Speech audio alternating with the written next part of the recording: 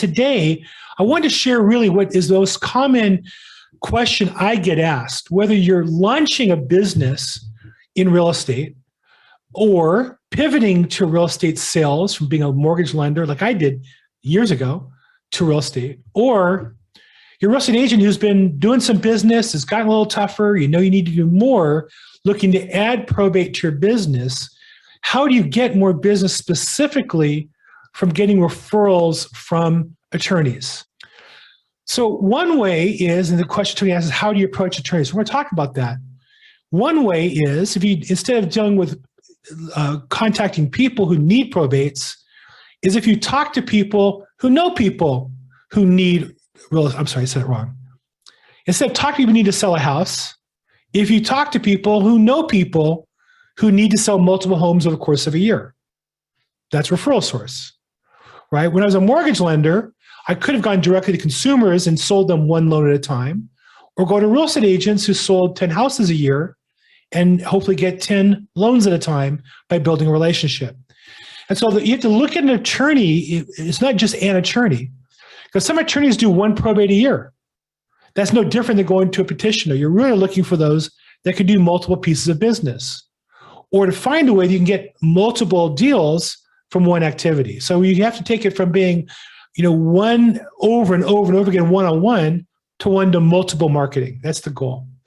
And so one of the common ways is attorneys. Now, the companies that sell you data, and they are in the business of selling data for the most part, will say, well, you can cold call attorneys.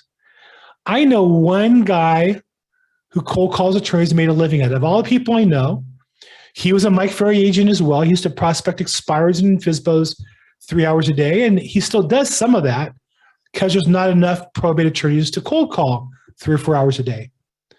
So unless you want to work at that level, and most people aren't, they look for probate for an easier way than that. I don't know that I would say there's an easier way. What I would say is there's a more holistic way. There's a more natural way to get business, which is to find the attorneys that are predisposed to working with you. So that's what we're going to talk about. How do you get business with people who can send you multiple pieces of business and do it in a way that isn't cold calling 3 or 4 hours a day? Because you could cold call strangers, you can cold call expireds, you can cold call a lot of things. That kind of defeats the purpose of what we're going to talk about. When people say they want attorneys, they want referrals. So let's talk about that. I identified 8 steps in the process. And this is what I did. When I started in probate, it was 4 years ago, in November, so 4 years and a month ago. And I'd been in business for 30 years, mistakenly getting into management and coaching and consulting, thinking that in a company, being in management was a promotion, not because I'd come from that generation. I realized, no, I'm making less money than the agents, and I can do more than they're doing. So I relaunched 4 years ago at 60 years old in probate real estate. And I looked at the industry, and I spent really a week kind of deciding what to do, and then the rest of the month writing the plan and finding a fit where there were 3 things that had to be true. It had to be something that I was good at, something that I liked doing, and third was something that the market needed. And so I made a list of all things I was good at, all things the market needed, all the things that I enjoyed doing in real estate. And for me, I enjoyed going to court and playing attorney. Most people don't. I live near a court, half hour away. For me, it was kind of fun to go every day and buy a cup of coffee and play that role. I'm good at it. I'm older. I look more mature. I talk the way attorneys talk. And there's a market for that. There's a market for realtors who can talk to attorneys effectively. So all that lined up for me. Now, that may not line up for you. That doesn't mean you can't work with attorneys. It means you need to find the way of approaching them that works for you. You need to do your own self-assessment. The reason what I did work for me was I designed a program that works for me. I'm not selling it to you. I'm not selling you, take this program and pay me $1,000. It will work for you. I'm trying to sell you for free on the idea that if you think about things and create a plan and work it reasonably every day, you can achieve fantastic results too. That I'm going to sell you on for free. So let's start with number 1 is start with the goal in mind. Start with the end in mind. What do you want your business to look like?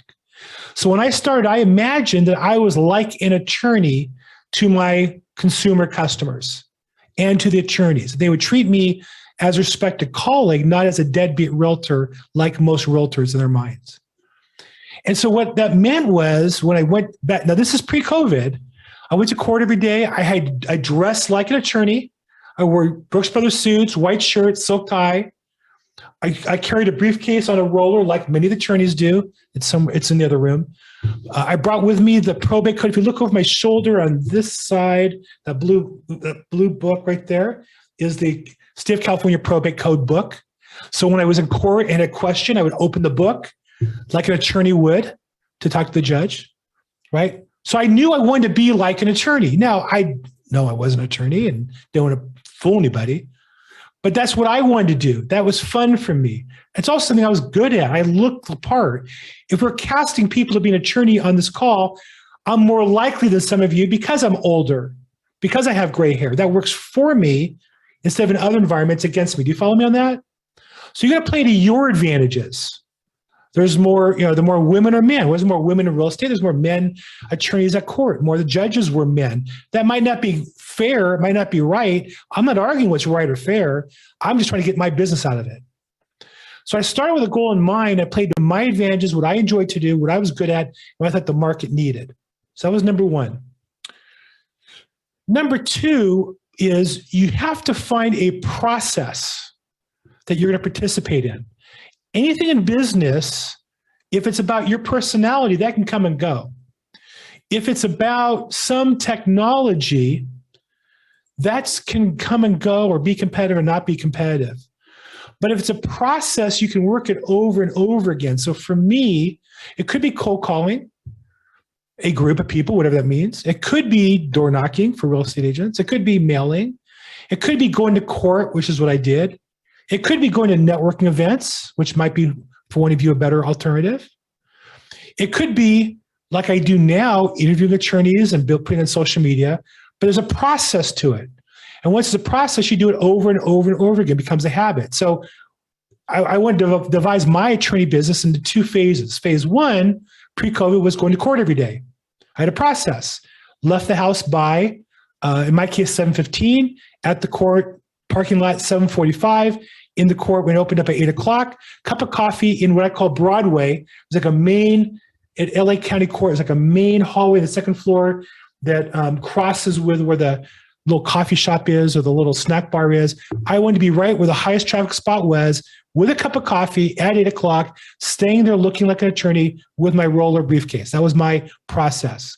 And then I would go into court 8:30, listen to a court from 8:30 to, it's a lot of details behind it, not really relevant, but just to share with you.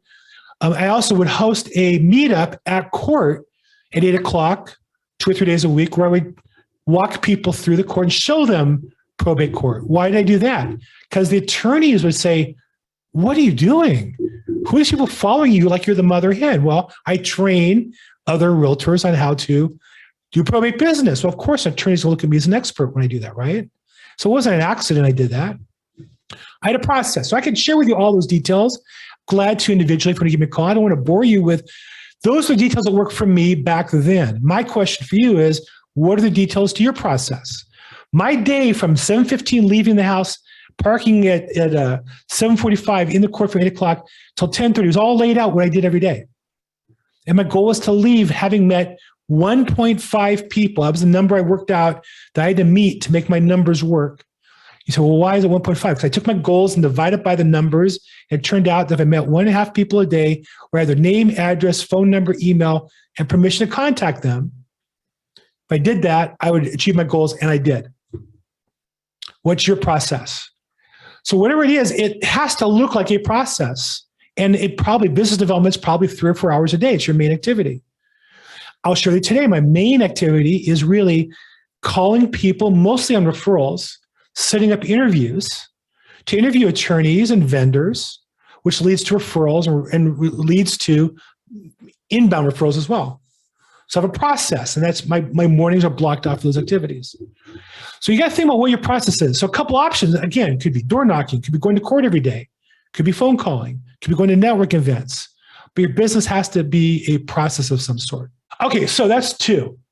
Probate's a process. Number 3 is you want to learn the process. See, real estate agents and investors always ask me questions on how do I get the leads? How do I get the deals? How do I get the listings? And that is the goal. But really, if you learn how to create value for people, you don't have to look that hard for business. The money we make is a reflection of the value we create for other people. And when we remember that our goal is to create value for the customer, business will come to us because we're of value to our customer. If we're just looking for people who need to sell a house and ask them, let me sell your house, that's not a fun way to do business. It's not a relationship. It's really a hard business that way. I've had sellers say to me, well, we'd love to meet with you. Our attorney referred us. And so we're interviewing 4 other agents. On Tuesday, can you come at 3 o'clock or 5? And I would say to them, if you think I'm one of those 5, then you don't know who I am or need me. If any agent can sell your house, then you don't need me. I'm the agent you want if you want a specialist in probate to make sure things don't get messed up. And I had sellers call me back and say, oh, we saw your YouTube channel. I see who you are. No, we want you to list the house, right? That's who I want to list for. I want to list the house for the person that appreciates me. I don't want to list the house for the person who thinks, oh, we gave you the listing. If you don't do what we say, we're going to pull the listing and give it to somebody else, right? That's not who you want to do business with. And so if you come from learning the process, so I interview, if you come on my show or you go to the past episodes or at episodes.probateweekly.com, and I interview attorneys, in some cases in other states. And always have a smart aleck who'll say, why do I care what an attorney in Kentucky says? Or why do I care what an attorney in Florida says? And the answer is because the principles are the same. If you're a student of this business, you want to learn those principles, not just the rules. And you also want to learn from a master. When I interview somebody who's a master, the top estate planning attorney in Louisville, it may not ever give a referral to you, but you're listening to somebody who makes a lot of money helping a lot of customers. And by being better, you're worth more, you're going to get more business. That's my philosophy. Now, if you don't agree with me, that's okay. But I'm telling you, that's why I do it. That's why I interview them.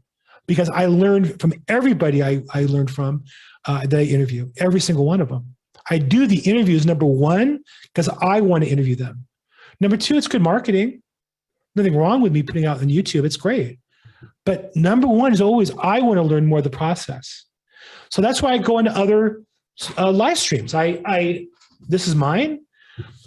Chad Corbett's I went on regularly, and then he had some personal conflicts, asked me to fill in as the host on that. I do his. I was on his program last night listening to learn. I go into allleads.com. It's a bad time slot for me, but I try to get on there or watch a replay on YouTube. I watch them all the time on YouTube. Why? Because in an hour, here's the thing. I make a lot of money now. But if I get one good nugget in an hour, I don't have to pay attention fully the whole hour. If I get one good nugget, that's worth a lot of money to me. I'll give you an example. I went to court once. There's a gal who, like me, is pretty sharp on court sales, and she had a little trick to get a little extra commission. And so instead of an $18,000 commission, she got $20,000. And I watched her do that. I said, you know what? I'm going to do that from now on. And I learned how to, one trick by paying attention in court. It wasn't my case. It was somebody else's. But that one trick, I've probably made $10,000. I probably made the extra $2,000 5 times by paying attention to somebody else's business.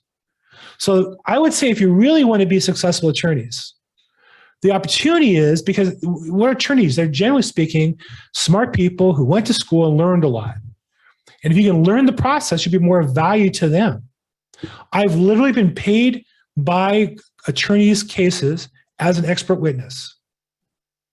I've had attorneys treat me like I'm their probate consultant. They're going to give me their business when they have a relationship with me. That's the goal you want to get to for all of you. My goal is to help you get there. Okay, that's number 3. You want to learn all the time. Learn as much as you can. Take every opportunity. Number 4, now this is one, none of you are going to like this one. But again, I'm not selling this, so I don't care. I would rather one person do what I tell them to do and be successful than 100 of you buy some stupid program you're never going to use. I'm so past that business in my life. So here's what I'm going to tell you. Start with attorneys already in your database. None of you are going to like that one. You're all, oh God, not another call your center of influence or your sphere database. Yes. The first thing you should do is identify every attorney that you already know. And the next thing you should be doing is contact all the other people you know for the attorneys that they know. And I can go through this. There's a class I do for an hour on how to do this. But I will share with you, when I started, I went through my center of influence database, started with the A's, I got to D. As a friend of mine, he's a personal friend as well as a past client. He was an attorney, but he was not a probate attorney. He was a civil litigator, let's say. I talked on the phone to him, just checking in. How can I help you or your clients? He said, no, it's funny. I had a client who has a problem with her title, with the property line. Now, I'm not, anybody here a property line specialist or real estate agent? Answer, we all are. I want everybody to call me those problems. I'll tell you why. He started to explain it to me. He said, well, would you give her a call? Sure, I'll give her a call. Nice elder lady. She was widowed, 50 years married. God bless her. Her husband passed away. He took care of the rental property. She knew nothing about it. The neighbor and she had a conflict where the fence was and the city was citing this wall, blah, blah, blah, blah, blah. Can you come see it? Like, it's in East LA, not really East LA, it's kind of like in Boyle Heights area, which is maybe with traffic an hour, without traffic, 40 minutes from my house. Fine, I'll come by. I was trained not to go unless it was a pre-qualified listing appointment. But I drove there and met her, very sweet lady. We walked around the property, it took about 45 minutes. She told me the whole story, the whole thing. But at the end of that story, she said to me, she just turned to me and said, you know, can you just sell this property for me? And my listing presentation was, sure. And we listed it and we sold it. Not enough. I'll tell you the rest of the story. So again, my training was never to go to the customer's house afterwards, and to give good value service was enough. But in building relationships, I know that delivering the proceeds check is a great emotional opportunity. So she had a proceeds check of over $500,000. I picked that from escrow, drove all about your property in Boyle Heights again, handed to her, she started crying. And she said to me, I've always wanted to move to Phoenix to be with my sister. Do you think you could sell this house, meaning her residence? And again, I pulled out that listing presentation and I said, sure. So I sold 2 houses. I think it was like, this goes back about 3 years, 4 years maybe, $1.2 million total. There was no presentation. There was no discussion. There was no argument. Nice old lady, sweet lady, sold the houses. The attorney couldn't be happier. Now, were they probate cases? Technically, not really. Do I care? Anybody here care? When I went to Wells Fargo with a check, do you think they asked me before we deposited, is this a probate check or not? They didn't care. They put it in my account, right? So start with the attorneys you have already. That's the easiest business you're ever going to have, is the attorneys you have already. Anybody's an attorney of any type. And then go to your clients who aren't attorneys and ask them questions like, I notice you have property in your name, not in the name of a trust. Are you familiar with the advantages of a family trust or of estate planning? They might say, yes, we just did it. They might say no. Either way, if they have attorneys, if they've done an estate planning, they have an attorney, ask them if they like them, get her introduction. Again, this is an hour-long class I do. But the idea is you already have your database. If you've been in business already as an agent, you're making a living, you've been in business 3 or 5 years, you've got 200 or 300 people there. They all either have an attorney or need one. Doesn't matter which it is. You just don't know the answer yet. Find out the answer. If they have an attorney, meet them. If they don't have an attorney, introduce them to the attorneys that you're going to meet. And there's your business. So that's number 5. Start with, then go back to your clients and find the attorneys that they know. So number 4 is start with the attorneys you know and tell them, hey, I've really gotten into probate and estate planning.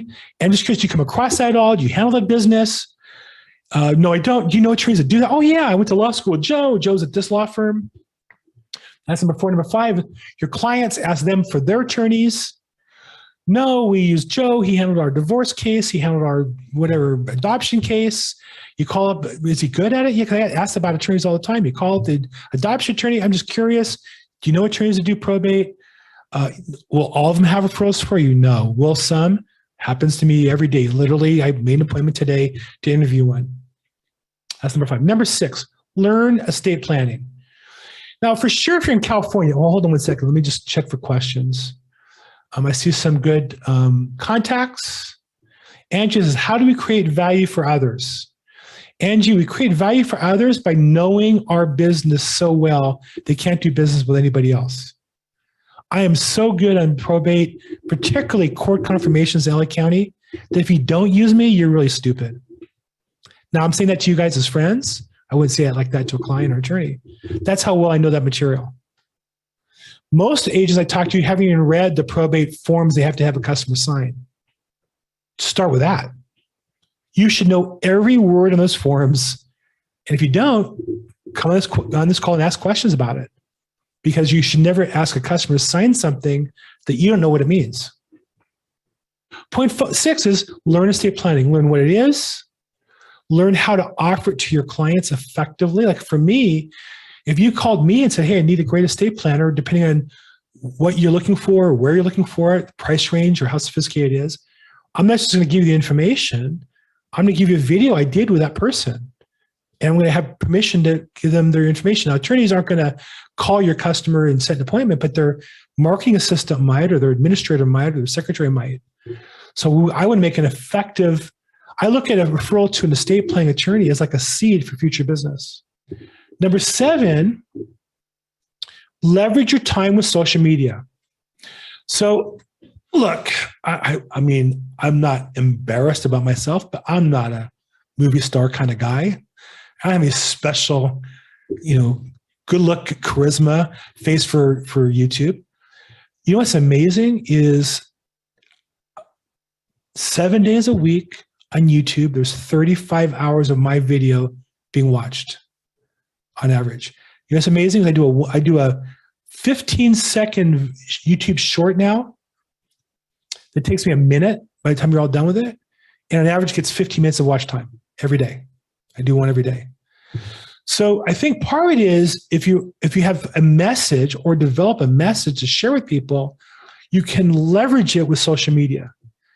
Now, how do you get a message? Well, one is learn. If you're always learning, and if you really enjoy the learning process, you want to share with other people. That you have something you're learning, you can share what you learned with somebody else. There was a great movie with Leonardo DiCaprio where he plays a con man, Catch Me If You Can. And at one stage in the movie, he plays a high school teacher, even though he was a high school age. And he was teaching, I don't think it was math, I think it was history, at a high school where he had not taken the class. And I saw him interviewed, and he was asked, how were you a teacher in high school when you were high school age? And he said, well, I just read the chapter ahead of them and then taught that chapter. See, we think we have to be experts in social media, but the truth is, all you do is learn one thing. And then if you share that with your prospects who've not learned it, you're now teaching them. And by the way, when your attorney prospects see you teaching your customers, they want you because now you've proven yourself to be a leader and an influencer among your prospects. So you can leverage what you do with social media. Now, I see real estate agents who do things like, cutesy little pictures. If that works for you, great. Hard to see how that would develop for business in the long run. I won this award. I won that award. I don't know. I don't find those particularly interesting. But when I see a real estate agent talk about the market with some good data or something they're doing on their houses, I'm interested in that to learn. And I assume customers are as well. So I would say to you that if you really want to build your business with attorneys, make sure your content's consistent with that. Attorneys are more on LinkedIn than they are with Instagram, and they're more intellectual generally than emotional. And so they're looking for content. They're looking for information. They're looking for tips and tricks. What courthouse are you in? When the courthouse was changing the rules, I was quick to see those rules and post them on my social media to be a resource to my attorneys. I wanted them to know I'm on top of my game in the court as well. So leverage what you do with social media. You have a tremendous opportunity. I say this all the time, there has never been a better time to build a business in real estate than right now, for a lot of reasons. One of them is we have the opportunity to amplify everything we do with social media. Check out my YouTube channel at Bill Gross EXP. There's a link in the chat box. Number 8, and this is the last piece of content I'm going to talk about today, is look for every opportunity to meet with attorneys. So I don't know where you are, but join the local bar association as an affiliate. One of my team members, I see her all the time. She's on the chat room with attorneys in LA County all the time. She's answering questions, asking questions. There are real estate agents that go to the bar association events as an affiliate. Don't lie and say you're an attorney if you're not. But they want affiliate. As long as you pay membership fee, they're glad to have you come. Sponsor it. Now, I don't go to one. So here's my rule. I don't do marketing where I'm not going to dominate the event. So if there's already a sponsor to, I'm not going to go. I don't want to be one of 20 realtors. I don't want to be one of 4 realtors. I'm going to be one of 1. I think that's an important distinction in your marketing. Now, I'm in LA, but I could join the Santa Monica Bar as affiliate. I'd probably be one of only 1 or 2. Or the Century City Bar, some of the smaller groups. If you're in an outlying county, go to the bar association, see if there's any realtors there. Typically not. I've had people on this topic come back to me and say, the bar association doesn't even have an affiliate membership. And I would say, are you kidding me? I'd be glad to pay. Let's create one. And I'll ask some friends to join as affiliates. Why not? Donate the money to they all have a charity they support of some sort, usually free legal services to different groups. Well, why not? So I would say look for those opportunities. Look for provisors. I've looked at provisors. The groups I want to be in are filled, and the ones that they want me to come in don't have good attorneys in them for me. So you have to be opportunistic. I'm not saying go everywhere. I am saying look for those opportunities. If your business is going to be based on getting referrals from from attorneys, you need to find where real estate attorneys or probate attorneys or estate attorneys are.